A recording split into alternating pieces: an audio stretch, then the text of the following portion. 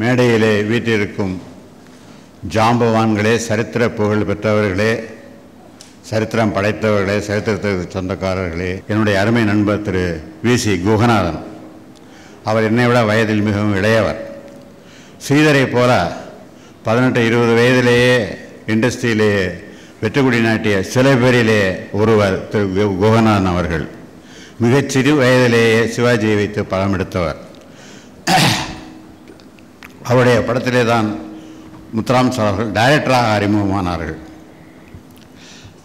அப்பொழுது காசி யாத்திரை என்ற படம் எடுத்துக்கொண்டிருந்த பொழுது நான் கவிஞருடன் வேலை செய்த நேரம் போக, கவிஞர் அவருடன் நான் வேலை செய்யும் பொழுது காலையிலே ஒரு 10 மணியிலிருந்து 12 மணி வரைக்கும் கவிஞர் பாடல் எழுதுவார்.